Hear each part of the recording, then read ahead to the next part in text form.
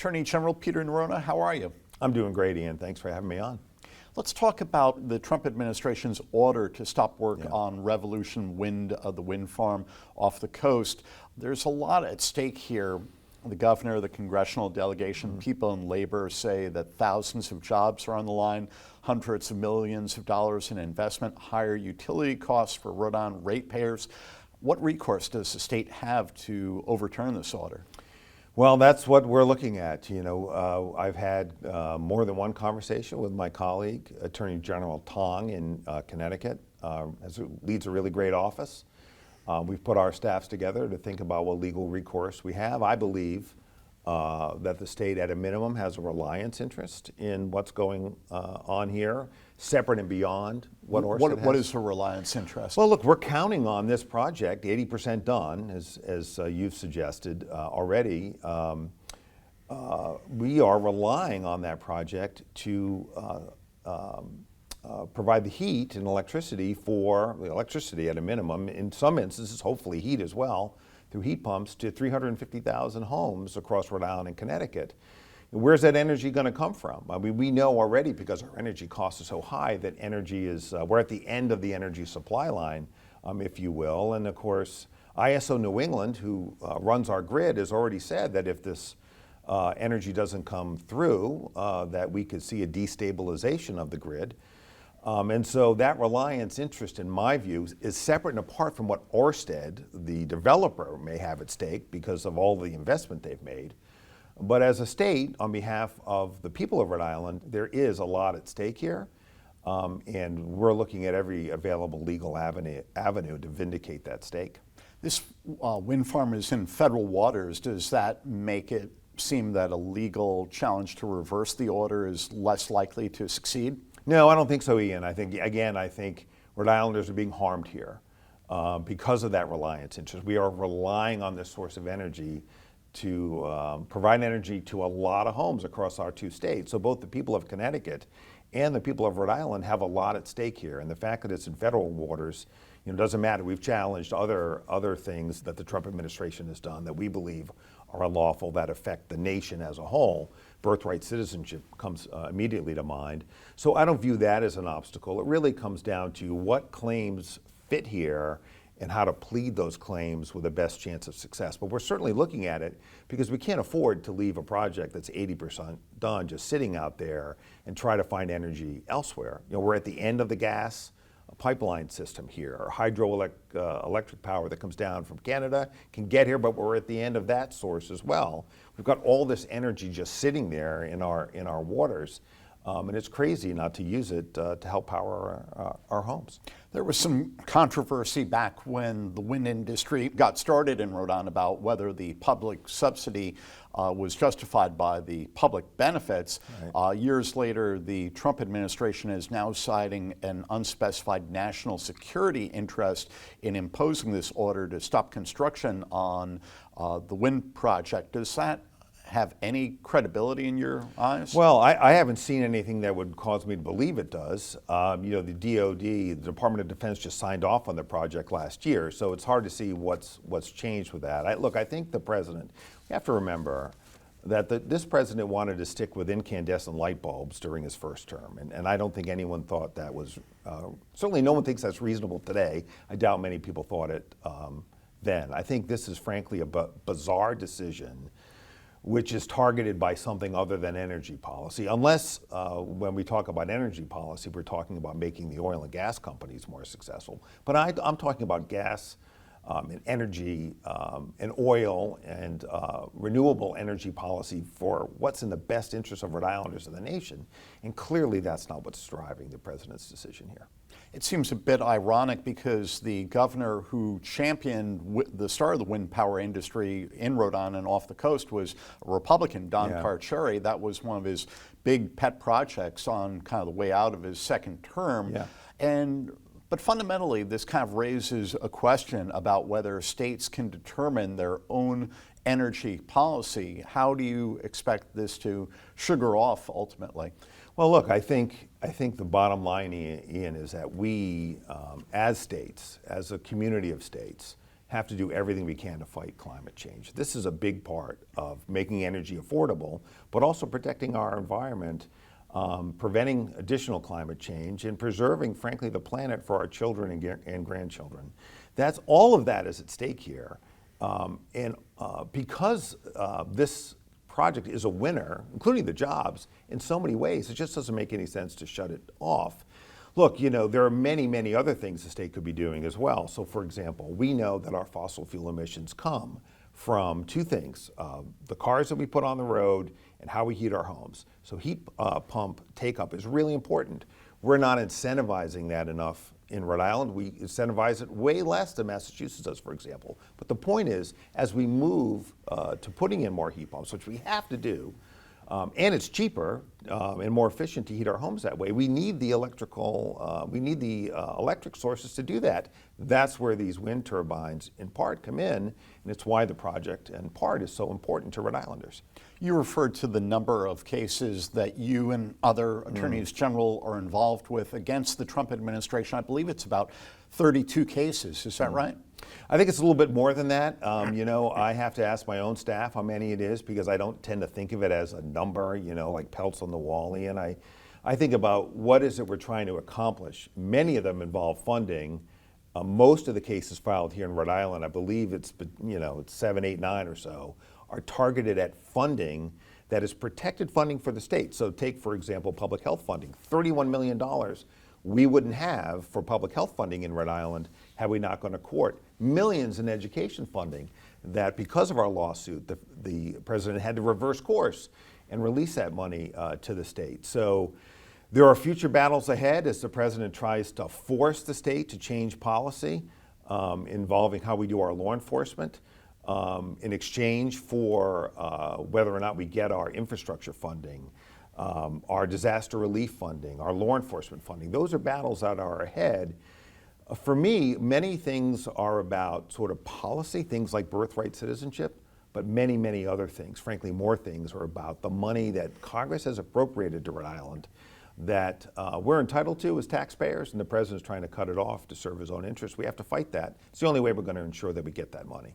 In terms of fighting that, what does the status of these roughly 36 cases that your office is involved in, what does that tell us about the ability of people like you and your counterparts in other states to stand up and blunt some of the efforts by the Trump administration? Yeah, well, I think on balance, we have had remarkable success. So if you were to take a track record and put it in a vacuum, leave out what the cases are about, leave Trump out of it, for example, and take this body of cases, this body of work, and say, how have we done? I think that, the work has been outstanding legally, but we've had great results. So had we not had success in the very first case that we brought, what we call the OMB case, 1/3 of the state's budget would have been at stake. Well, the General Assembly and the governor didn't have to deal with that because we went to court and got an injunction to prevent the federal government from drying up that funding. The $31 million for public health funding, $11 billion across the country, that money's turned on in Rhode Island because we went to court. The agencies that support our libraries are still functioning, and mediation services because we went to court. The education money for our schools is still coming to Rhode Island because we went to court. So when you stack those cases, we're winning in the district court, we're winning in the Court of Appeals. We'll see what happens at the Supreme Court, but at a minimum, we're delaying hard decisions for the General Assembly and the governor about funding. They didn't have to go find $31 million in public health funding or millions in education funding and more because we went to court to stop it. And that's probably what's going to be necessary here with respect to these wind projects, because it's only attorneys general, in many instances, that are willing to fight for their constituents and have the ability to do so. Before you first won election as Rhode Island's Attorney General in 2018, you were the state's top federal prosecutor. So I imagine you're keeping an eye on some of the things that are happening with the U.S. Department of Justice. Yeah. There's a lot of press coverage now involving questions of retribution by the Trump administration involving John Bolton, investigators into January 6th prosecutors. as we've heard you say, you and your fellow attorneys general can sue if you believe the Trump administration is violating the law. But if the administration is weaponizing the Justice Department to pursue a practice of retribution, what backstop is there? Yeah, well, that's a really difficult question to answer. I'm not sure there is one. So when we decide to sue the administration, what I look at here in Rhode Island, my counterparts do around the country, is has the president violated the law? Has it harmed Rhode Islanders? And do we have legal standing? You know, that's the third prong. And that's different depending on the subject matter. Frankly, that is the challenge. I think we'll overcome it in the offshore wind situation that we're in. When it comes to what the Department of Justice is doing, I don't see a lane there for us, and I think it's really unfortunate. I was a member of the Department of Justice, not just the U.S. Attorney, but I was an assistant U.S. Attorney, and you combine all that experience together. I was there for nearly 15 years under both Republican and Democratic presidents. I believe then that the department stood for something, and I believe that it stood for something over the course of its entire history, going back to the mid-1800s. U.S. attorneys go back even farther than that. Always, I like to think, thought of by the public as independent, calling balls and strikes, doing the right thing. I think the Department of Justice has completely lost that North Star, and someday there will be a need to rebuild it. Clearly, that is not what the department's doing, and so what you're seeing is, you know, people who have spent their life working in the department that are really talented attorneys leaving because they just won't do this department's bidding. And so the lawyering is weaker. We see that in the cases we're doing. I mean, I think they're having a hard time finding people to represent them in these cases. And so that's because of the department losing, as I said, its North Star of doing what's right, being independent. It's really not about who's in the White House at the Department of Justice. That's not the way it should be, but of course that's changed. Well, it's really sad to see, frankly. Let's talk about some of the people who are at the Department of Justice. You might have seen where the Department of Justice has hired someone who's likened the January 6th prosecutions to the Holocaust. There's another person who's been hired who was among the January 6th defendants and who is on video encouraging his fellow demonstrators to kill police. I imagine you would say this is very far from the kind of North Star the Department of Justice should have. If you consider these kind of extreme actions, how do we as a country come back from this? Well, look, I think when the country regains its sea legs, if you will, and understands where we are now, and I hope that we will by the next set of elections, federal elections coming up, I guess next year, that we have to start rebuilding it. And when this president leaves the White House, hopefully replaced by somebody who views the world very differently, views justice very differently, then we need to bring back to places like the Department of Justice people who have the credibility where the public will believe in it again. But that's not going to happen overnight. Unfortunately, this damage is going to linger. Look, these hirings are outrageous. I look at some of the people that the president has put in place as U.S. Attorney in places like Washington and New Jersey, people who he's tapped to do investigations of my counterpart, like Letitia James in New York. You know, the person who's leading that investigation showed up at her house in Brooklyn in a trench coat, and when asked by neighbors what he was doing there, denied who he was. It's just bizarre behavior by somebody who the president appointed to be the U.S. Attorney in Washington, and then had to leave because he couldn't get confirmed by the Congress. Now he's put him in charge of all kinds of inquiries, if you will. But the behavior is just bizarre. That's not how you build credibility with the American people. Look, I read in today's reporting that they had a hard time, they went 3 times to a grand jury in Washington to try to get an indictment and couldn't do it. That's remarkable, particularly from the federal government. You know, not in the past unlike the state where you get everything and prosecute everything that's prosecutable because there's much less discretion.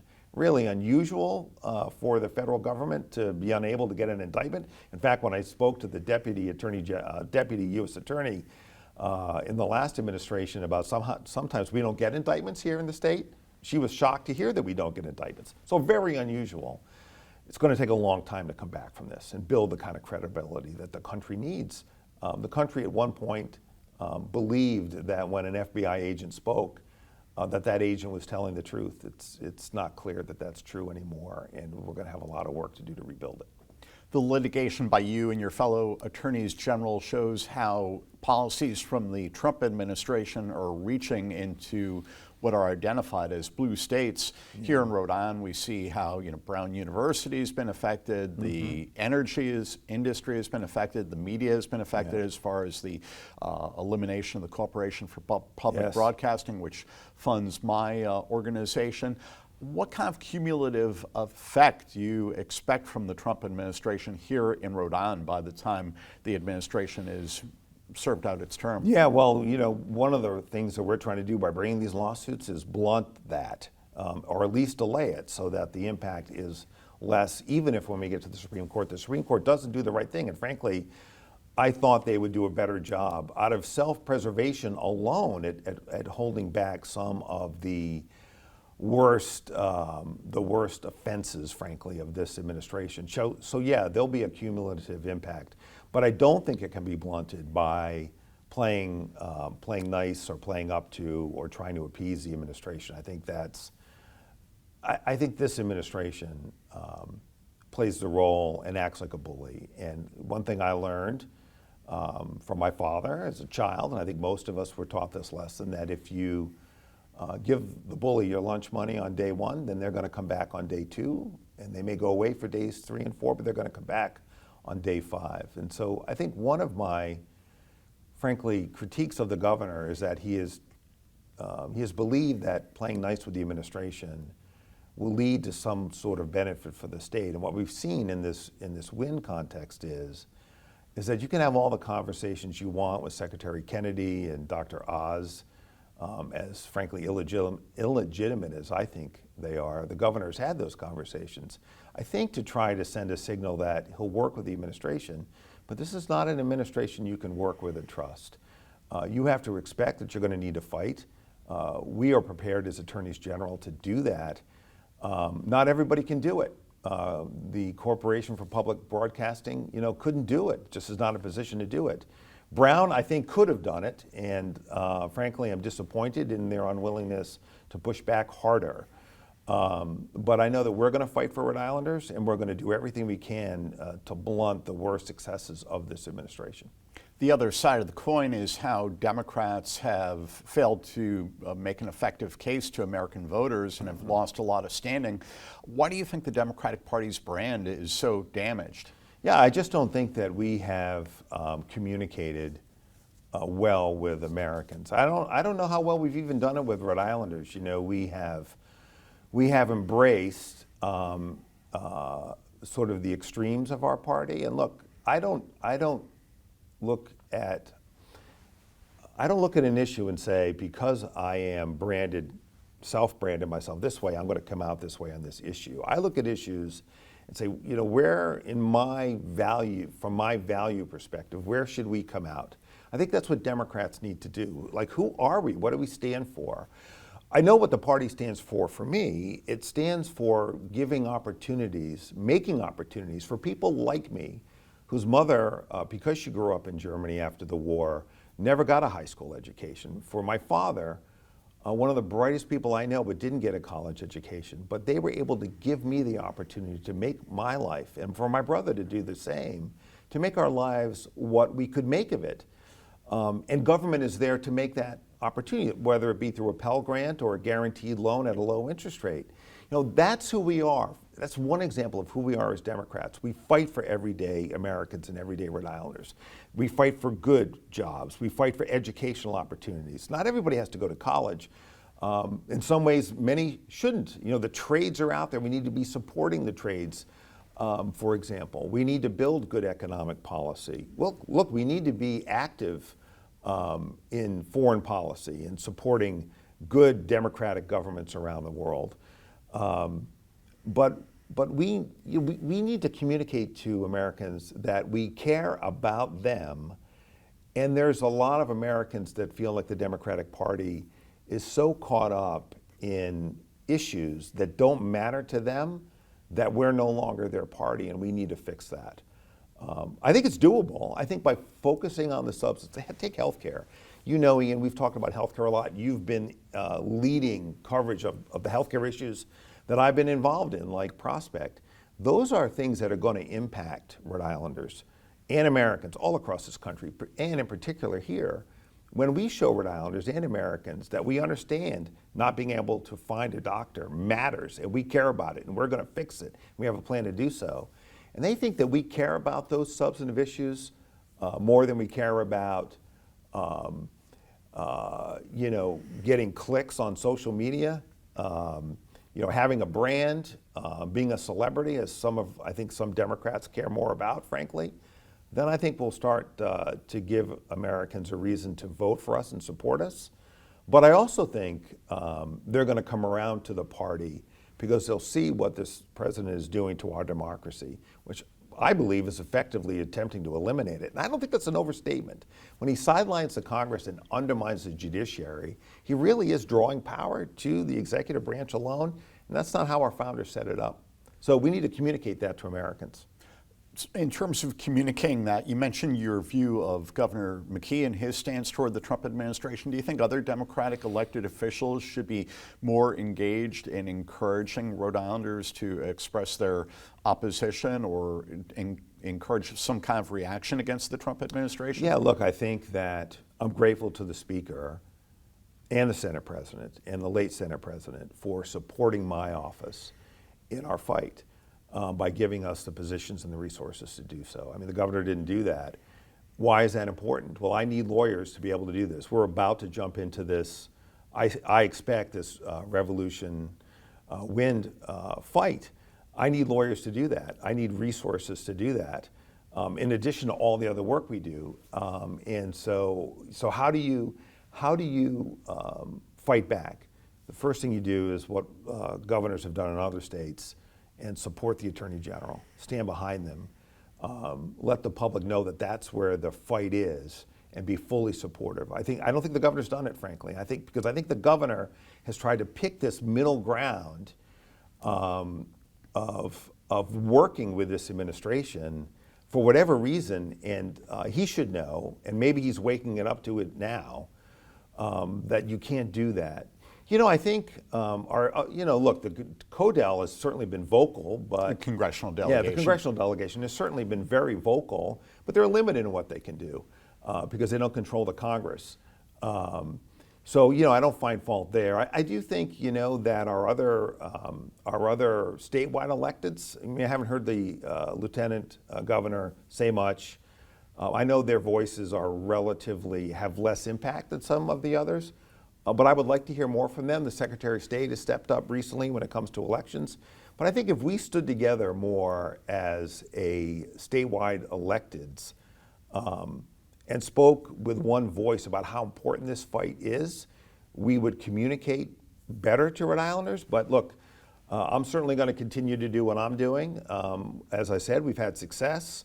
You know, I think there are some that count the lawsuits again, as sort of pelts on the wall. It's not how I view it. I view on what has the impact been?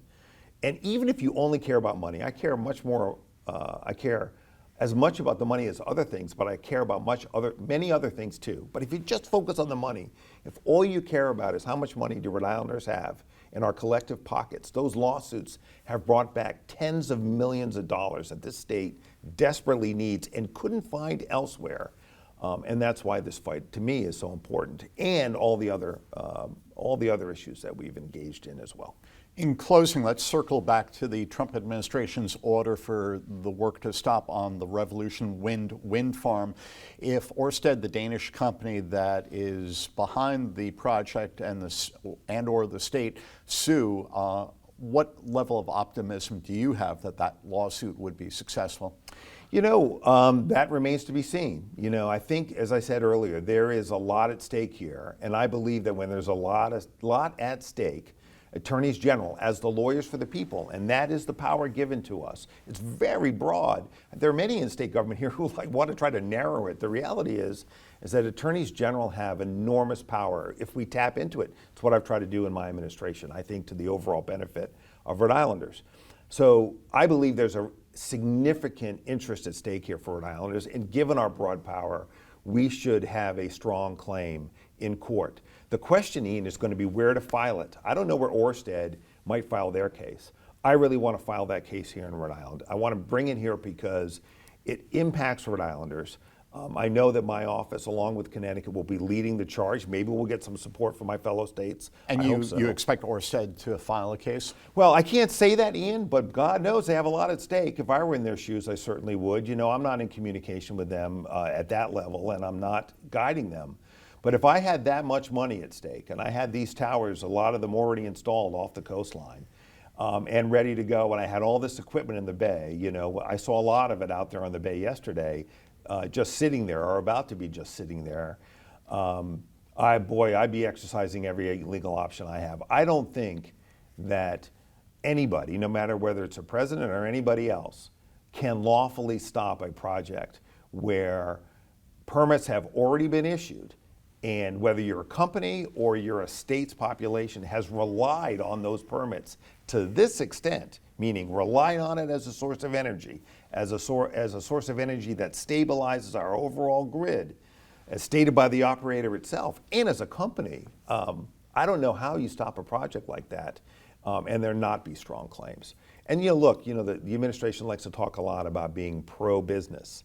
I don't know what could be more anti-business than stopping a project 80% along the way. I mean, imagine if the state of Rhode Island did business that way. If we encouraged businesses to come here and then told them at the last minute, well, you know, for that extra 20%, you're going to have to do something else. Or just stop them completely. We wouldn't get people to come and do business here. Look, there's something going on here and it's not good. And I believe it's appeasing the oil and gas industry, which has already sold, as our lawsuit that we have against them indicates, has already sold Americans and Rhode Islanders a bill of goods. They've lied to us for a long time. They have this president's ear or more, and we've got to fight this if we can, and I expect that we will. Attorney General Peter Neronha, thank you for sitting down with us. Of course, Ian, thanks for having me.